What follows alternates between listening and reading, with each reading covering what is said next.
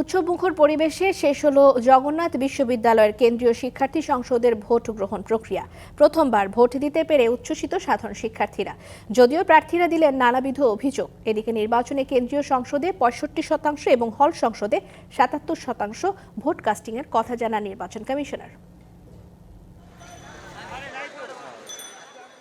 বিশ্ববিদ্যালয় প্রতিষ্ঠার ২ দশক পর অনুষ্ঠিত হল জগন্নাথ বিশ্ববিদ্যালয় কেন্দ্রীয় শিক্ষার্থী সংসদ জকসুর নির্বাচন। উৎসবমুখর পরিবেশে সম্পন্ন হয় ভোট গ্রহণ। সকাল ৯টায় শুরু হয়ে বিকেল ৪:১৫টায় শেষ হয় ভোট গ্রহণ। এরপর একে একে কেন্দ্রগুলো থেকে কেন্দ্রীয় নিয়ন্ত্রণ কক্ষে আসতে শুরু করে ব্যালট বাক্স। সুষ্ঠুভাবে ফলাফল প্রকাশের প্রত্যাশা নির্বাচন কমিশনের। ক্যাম্পাসের বাইরে কিছু ঘটনা ঘটছে, সেই রকম ঘটনা ভিতরে কোথাও ঘটেনি।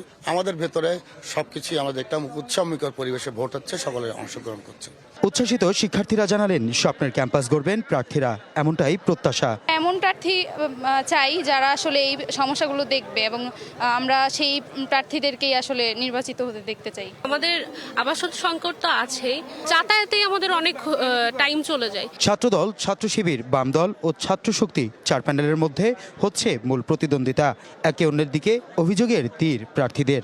জবিয়ান ঐক্য নামে যে প্যানেলটা আছে সেই প্যানেলের নতুন এবং ফিরে আসা গ্রাহকদের জন্য নগদে চলছে ক্যাশব্যাক সহ প্রতিদিন হাজারো উপহার জেতার সুযোগ। হবে আশা আর ফেরা, সারপ্রাইজ সেরা।